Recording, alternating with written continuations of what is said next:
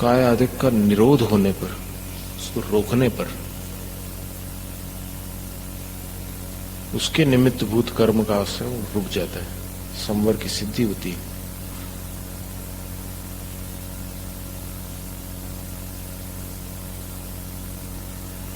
यानी एक जगह एक स्थिर होकर के अगर गुप्ती का पालन नहीं कर सकते, अब गुप्ती के पालन में ये विषय सुख की अभिलाषा की प्रवृत्ति का निषेध कर दिया सम्यक के द्वारा, और अंदर अगर धर्म ध्यान आदि चिंतन कर रहे हैं तो फिर गुप्ती में बाधा नहीं मानी जाएगी।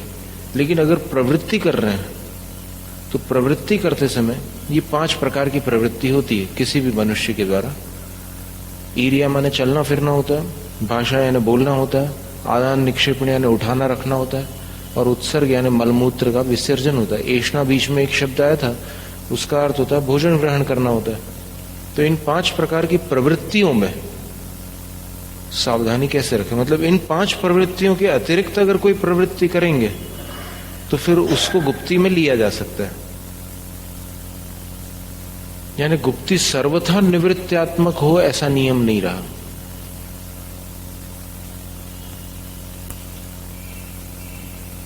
अब स्वाध्याय कर रहे, अब स्वाध्याय में तो ये 5 समितियां नहीं है, लेकिन स्वाध्याय को गुप्ती में कथनचित रखा जा सकता है। अब गुप्ती के 2 भंग बनाए इसमें मूलाचार प्रदीप में, एक प्रवृत्त्यात्मक गुप्ती और दूसरी निवृत्त्यात्मक। नहीं, भाषा समिति तो वार्तालाप के काल में, स्वाध्याय अकेले बैठ करके पढ़ रहे हैं, स्वाध्याय कर रहे हैं, उसमें क्या करोगे? उसमें तो 5 समितियों का अभाव है। तो तत्राशक्तस्य मुनेर निरवध्य प्रवृत्ति ख्यापनार्थम आह।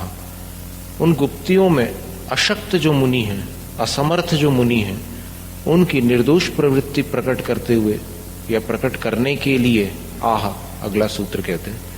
ईर्या भाषेषणादान निक्षेपोत्सर्गा समित है सम्यक इति अनुवर्तते। सम्यक इसका अनुवर्तन चला आ रहा है, यानी सम्यक ईर्या, सम्यक भाषा, सम्यक एषणा, सम्यक आदान, सम्यक निक्षेप और सम्यक उत्सर्ग, सबके साथ सम्यक लगा लेना। तेन एर्यादयो विशेष्यन्ते, उस सम्यक शब्द के साथ ईर्यादिक विशेषित हो जाते हैं। सम्यक ईर्या, सम्यक भाषा, सम्यक एषणा, सम्यक आदान निक्षेप, सम्यक उत्सर्ग इति ता एताः 5 समितयो। वे जो ये 5 समितियां हैं, विदित जीवस्थानादि विधेर मुने हैं, जिन्होंने जीवस्थान आदि की विधि को विदित कर लिया है, जान पहचान लिया है, ऐसे मुनि के प्राणी पीड़ा परिहाराभ्युपाया वेदितव्या। प्राणी पीड़ा के परिहार के अभ्युपाय रूप में जाननी चाहिए। माने प्राणियों को पीड़ा न हो उसका उपाय क्या है? 5 समितियां। जीवस्थान आदि की विधि मतलब ये है कि कहां पर कौन से 9 योनियां जो रहती है, हाँ, विधि यानी भेद है।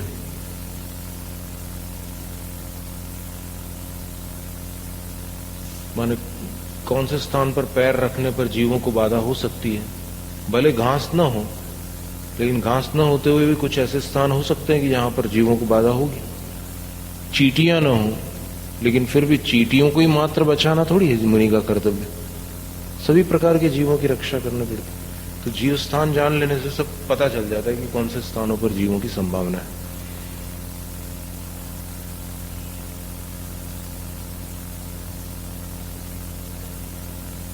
फिर तत्र प्रवर्तमानस्य, उन समितियों में प्रवृत्ति करने वाले मुनि के असंयम परिणाम निमित्त कर्माश्रवात संवरो भवति। असंयम परिणामों के निमित्त से होने वाले कर्माश्रव से संवर हो जाता है, उससे उनका बचाव हो जाता है। तृतीय से संवर हेतु और धर्म से भेद प्रतिपत्त्यर्थमाह। तीसरा जो संवर हेतु है क्या है? धर्म। उसके भेद की प्रतिपत्ति अर्थात जानकारी के लिए आह सूत्र कहते हैं। उत्तम क्षमा मार्दवार्जव, शौच सत्य संयम, तपस्यागा किंचन्य, ब्रह्मचर्याणि धर्मः।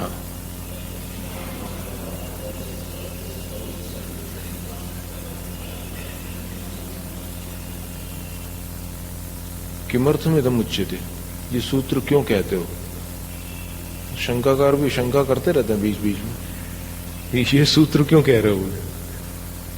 आद्यम प्रवृत्ति निग्रहार्थम तत्रा समर्थानाम प्रवृत्त्युपाय प्रदर्शनार्थम द्वितीयम इदम पुनः। बोले कि पहला जो सूत्र था संवर हेतुओं में, वो गुप्ती था, उसमें प्रवृत्ति का निग्रह करने के लिए संवर का हेतु दिया था। फिर प्रवृत्ति का निग्रह करने में तत्र असमर्थाना, जो समर्थ नहीं है उनके लिए प्रवृत्ति का उपाय प्रदर्शित करने के लिए दूसरा सूत्र दिया, समितियों के द्वारा प्रवृत्ति करो। इदम पुनः, और यह सूत्र 10 विध धर्मोख्यानम, इसमें 10 प्रकार के धर्म का जो कथन है वो समितिषु प्रवर्तमान, समिति में प्रवृत्ति करने वाले मुनि के प्रमाद परिहारार्थम वेदितव्यम, प्रमाद का निषेध करने के लिए जानना। अब 10 धर्म पर कितनी व्याख्याएं हो जाती है। क्षमा के ऊपर दुनिया भर के सुविचार और सारी बातें कहते हैं, ठीक है, वो एक हिसाब से ठीक है, लेकिन यहां पर उसका उद्देश्य क्या है 10 धर्मों का? कि समितियों में प्रमाद ना हो, मात्र इतना उद्देश्य है। मुनियों का जब समिति रूप प्रवर्तन होता है तो उस समिति की प्रवृत्ति में प्रमाद न हो जाए, इसलिए 10 धर्म है, इतना उसका मात्र उद्देश्य है। कैसा? तो देखिए, शरीर स्थिति हेतु मार्गणार्थम पर कुलान्युपगच्छतो भिक्षुर, शरीर की स्थिति के हेतु की मार्गणा करने के लिए, शरीर की स्थिति का हेतु आहार है और आहार की मार्गणा का अर्थ होता है आहार की खोज। तो आहार की खोज के लिए साधु कब निकलते हैं, कैसे निकलते हैं? तो अपनी उचित वेला में भिक्षाचर्या से निकलते हैं। अब वो कहाँ मिलता है उनको आहार? जहां नवदा भक्ति होती है। तो पर कुलानि उपगच्छतु, दूसरों के घरों में जाते हुए वे भिक्षु दुष्ट जनाक्रोश प्रहसन आवज्ञा ताड़न शरीर व्यापादन आदि नाम सन्निधाने, उनको कई प्रकार की स्थितियां हो सकती है। आहार के लिए साधु निकले हैं तो दुष्ट जन आक्रोश कर सकते हैं, उल्टा सीधा बोल सकते हैं, प्रहसन उनकी हंसी उड़ा सकते हैं, अवज्ञा उनका अनादर कर सकते हैं, ताड़न उनको मार पीट सकते हैं, और शरीर व्यापादन माने उनके शरीर को ही नष्ट कर सकते हैं, और आदि शब्द से और भी कुछ कर सकते हैं। तो इन सब निमित्तों का सन्निधान होने पर भी कालुष्यानुत्पत्ति क्षमा, मन में क्रोध रूप कलुषता की उत्पत्ति का न होना क्षमा है। पर कुलानी नहीं, ऐसा अच्छा बुरा कुछ नहीं है। पर कुलानी, अब इसका अर्थ अगर ऐसा लगे कुल का अर्थ कुल ले ले तो पर कुल का अर्थ होता है अच्छे कुल, पर यानी अच्छा, उत्कृष्ट। लेकिन पर कुलानी का अर्थ तो श्रावक कुल, शेरडाला में श्रावक कुल लिया उन्होंने।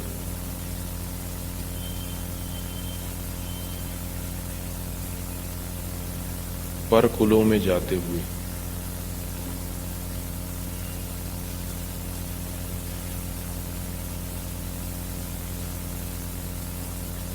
हो सकता है इसके शब्द का बड़ा व्यापक अर्थ होता है।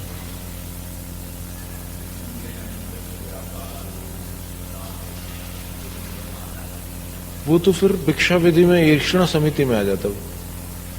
ईर्षणा समिति में कहाँ आहार लेना, कैसा नहीं लेना, वो सब उसमें आ जाता है।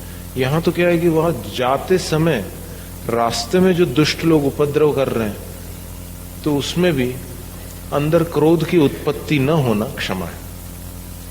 जात्यादि मदावेशाद अभिमाना भावो मार्दम, जाति आदि के मद के आवेश से अभिमान का न होना मार्दव है। मान निर्हरणम, मान का हरण हो जाना। योगस्यावक्रता आर्जव, योगों की अकुटिलता आर्जव है। मन वचन काया में निश्चलता, सरलता आर्जव है। फिर प्रकर्ष प्राप्त लोभाद निवृत्ति शौचम, लोभ की वो निवृत्ति जो प्रकर्षता को प्राप्त हो गई है उसका नाम शौच है। फिर सत्सु प्रशस्तेषु जनेषु साधु वचनम सत्यमिति उच्यते, सज्जनों के बीच, प्रशस्त लोगों के बीच साधु वचनम, सुंदर वचन बोलना सत्य कहा जाता है। ननु चैतत भाषा समिताव अंतर्भवती।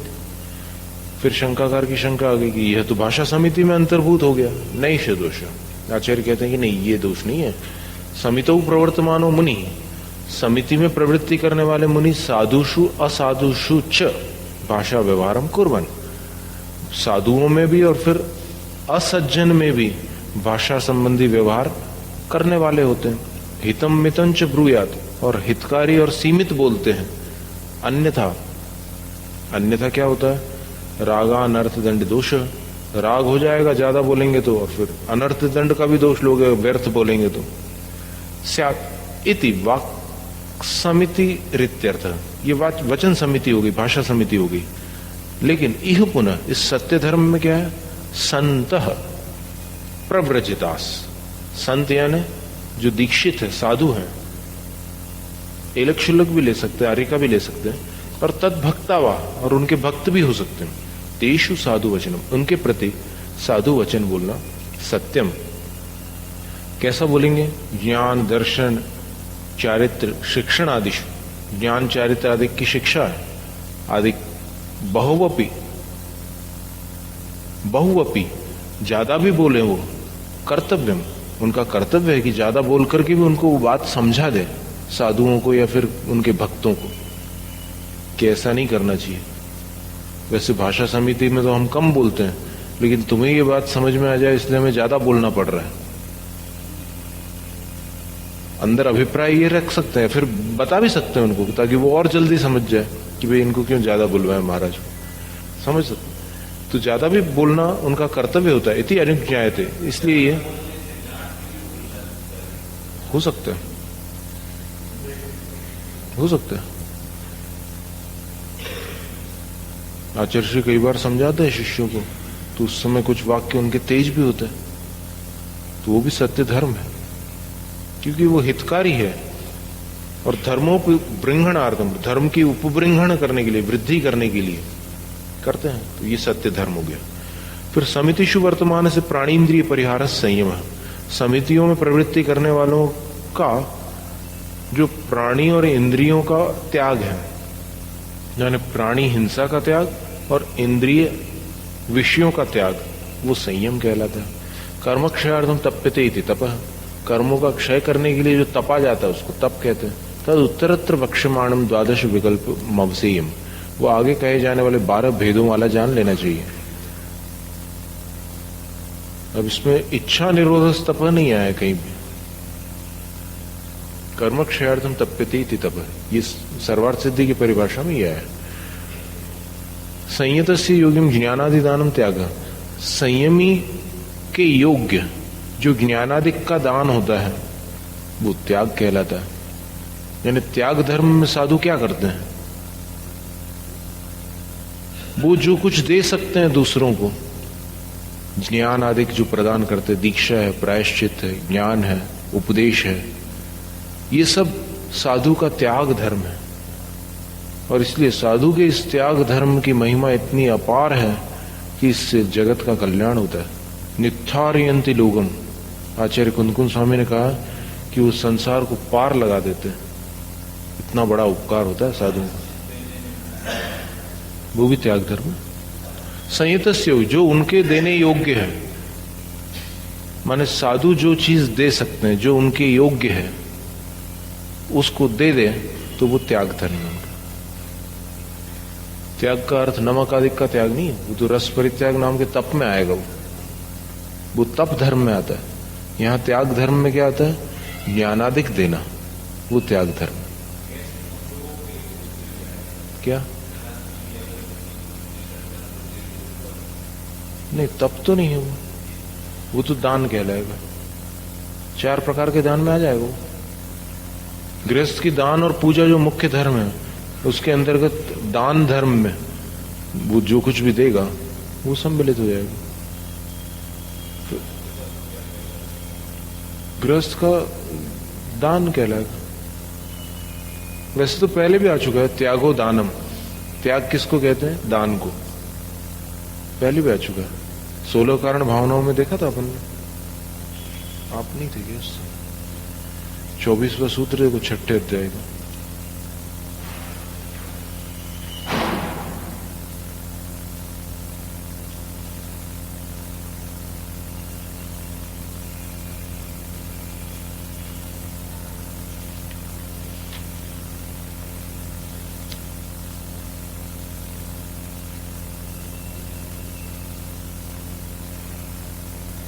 क्या लिखा है? त्यागो दानम मिल गया। 6ठे अध्याय के 24वें सूत्र में तत्त्रिविधम आहार दानम, अभय दानम, ज्ञान दानम चेति। इसका पृष्ठ अलग है। 6ठे अध्याय का 24वां सूत्र है, वो ऊपर लिखा होगा कोने में।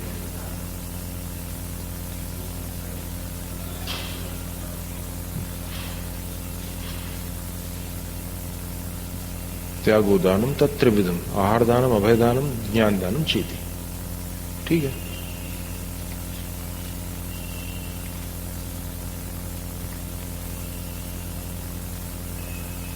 उपात्तेष्वपि शरीरादिषु संस्कारापोहाय, उपात्तेष्वपि शरीरादिषु संस्कारापोहाय ममेदमित्यभिसंधि निवृत्तिराकिंचन्यम। स्वीकार किए हुए अपने शरीर आदि के प्रति भी संस्कार अपोहाय, सजावट आदि का अपोहन करने के लिए, निराकरण करने के लिए, मैंने शरीर से भी थोड़ा राग न रह जाए, इसलिए ममेदम इति अभिसंधि निवृत्ति, ये शरीर मेरा है इस भावना को ही छोड़ दिया। इसका नाम है आकिंचन्य, कुछ भी नहीं है मेरा।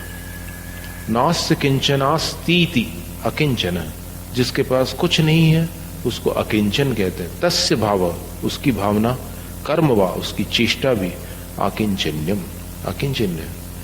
अनुभूत आंगना स्मरण, कथा श्रवण, स्त्री संसक्त शयनासन आदि वर्जनात् ब्रह्मचर्यम परिपूर्णम अवतिष्ठते।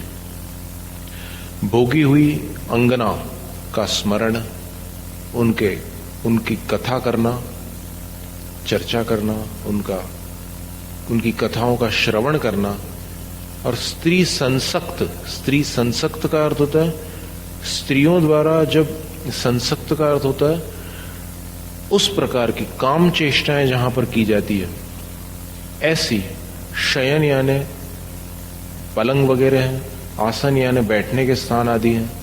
जैसे पार्क में कुछ ऐसे स्थान रहते हैं जहां पर इस प्रकार की चेष्टाएं होती है कई बार लोगों के द्वारा, तो उनका वर्जनात्, साधु उस पर नहीं बैठेंगे। जहां पर इस प्रकार से लोग चेष्टाएं करते हैं उस पर साधु नहीं जाएंगे, उसका वर्जनात्, उसका त्याग रखेंगे। तो इससे क्या होता है कि ब्रह्मचर्यम परिपूर्णम अवतिष्ठते, ब्रह्मचर्य परिपूर्ण बना रहता है। क्योंकि जहां पर इस प्रकार की प्रवृत्तियां होती है वहां पर वैसी तरंगे हो जाती है। आज की भाषा में अपन देखिए, एनर्जी की भाषा में, आज की शोध के अनुसार, तो उस प्रकार की तरंगे और उस प्रकार का वो प्रदूषण आ जाता है वहां पर। तो उसका भी साधु को त्याग रखना चाहिए। तो इससे ब्रह्मचर्य परिपूर्ण रहता है। क्योंकि वहां बैठने पर कभी क्या होता है कि अनजाने में अपने आप वैसे तरंगे आ जाती है। अपन देखो, पवित्र स्थान पर जाओ, जैसे परशुराम की कथा आई थी ना, उसमें श्रवण कुमार वाली, दक्षिण भारत की कथा क्या थी वो? उत्तर भारत की कथा में तो बस वो कांवली लेकर के जाता है, माता पिता को लेकर प्यासा पानी लेने जाता है और वहां पर दुर्घटना होती। लेकिन दक्षिण की कथा में क्या था कि परशुराम ने जहां अपनी मां को मारा था, तो फिर वहां पर इसके भी भाव बिगड़ गए, ये भी अपनी मां को छोड़ करके जाने लगा। फिर मां ने बोला कि उस नदी के पार उतार देगा, तो फिर वहां जाकर चरण पकड़ के रोने लग गया। तो क्षेत्र का भी प्रभाव होता है।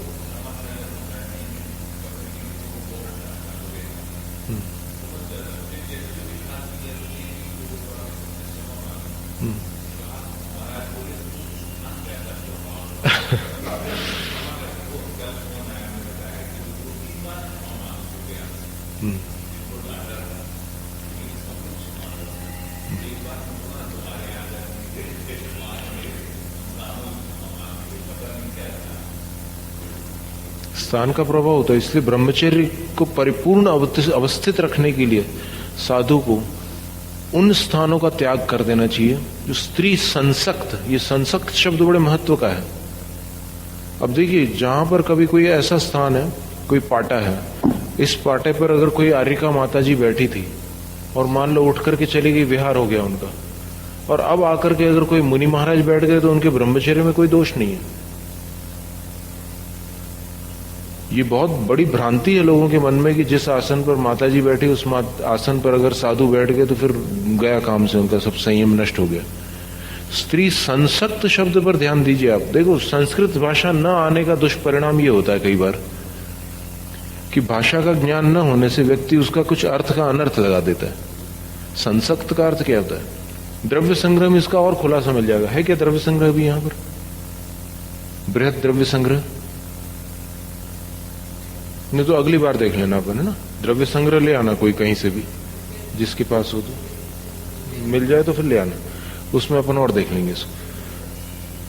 और स्वातंत्र वृत्ति निवृत्त्यर्थो व गुरुकुल वासो ब्रह्मचर्यम, अथवा स्वच्छंद प्रवृत्ति से बचने के लिए गुरु के संग में निवास करना ब्रह्मचर्य है। तो क्या हो गया कि गुरु के संग को छोड़कर आप अगर स्वच्छंद हो गए तो वहां पर तो कोई रोक टोक है नहीं।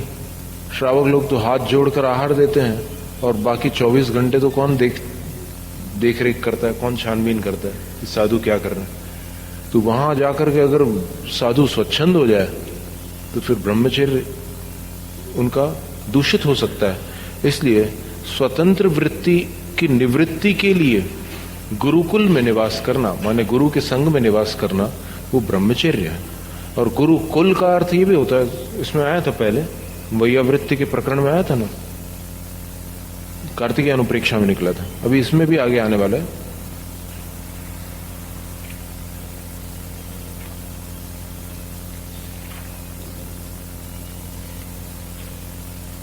तप के भेदों में दिए हैं।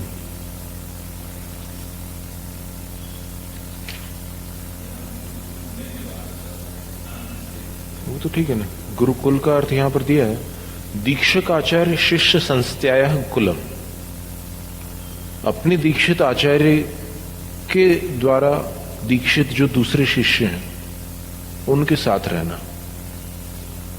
इसको भी कुल कहा है। लेकिन गुरुकुल का अर्थ क्या होता है कि गुरु के साथ जो दीक्षित शिष्य हैं उन्हीं में रहना, यानी गुरु के संग में रहना। इससे भी ब्रह्मचर्य की स्थिरता रहती है।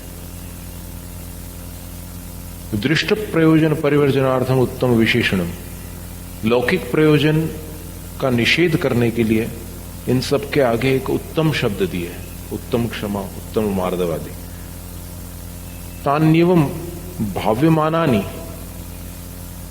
इस प्रकार से भावित किए जाने वाले ये 10 धर्म, धर्म व्यपदेश भांजी, धर्म इस संज्ञा को प्राप्त होते हुए स्वगुण प्रतिपक्ष दोष सद्भावना प्रति प्रणिहितानि, अपने गुणों के प्रतिपक्ष भूत जो दोष होते हैं उनके सद्भावना प्रणिहितानि। क्या अर्थ होगा इस वाक्य का?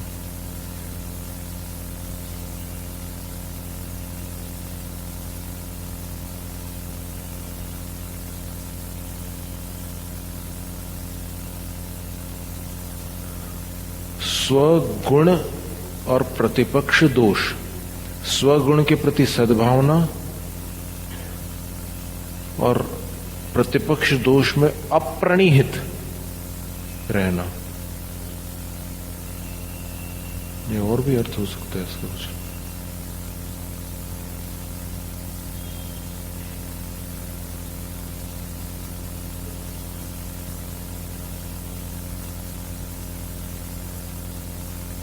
पंडित जी ने तो कुछ भावार्थ जैसा निकाला।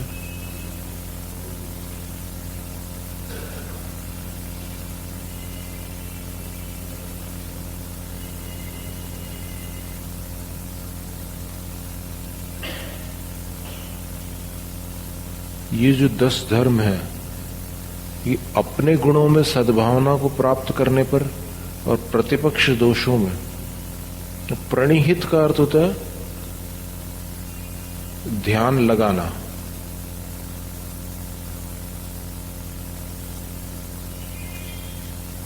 ऐसा भी हो सकता है इसका भाव कि अपने गुण और प्रतिपक्षी दोष इनका ख्याल रहता है, और ख्याल रहने के कारण भावना जो होती है वो गुणों की रहती है और दोषों से बचने का पुरुषार्थ होता है। तो संवर कारणानि भवन्ति, ये संवर के कारण बन जाते हैं।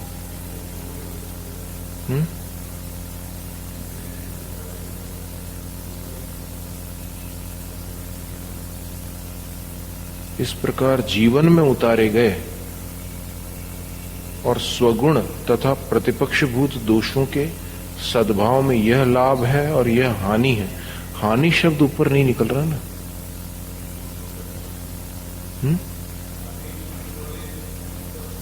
हानि शब्द ऊपर नहीं आ रहा, इसीलिए हम थोड़ा अटक रहे थे।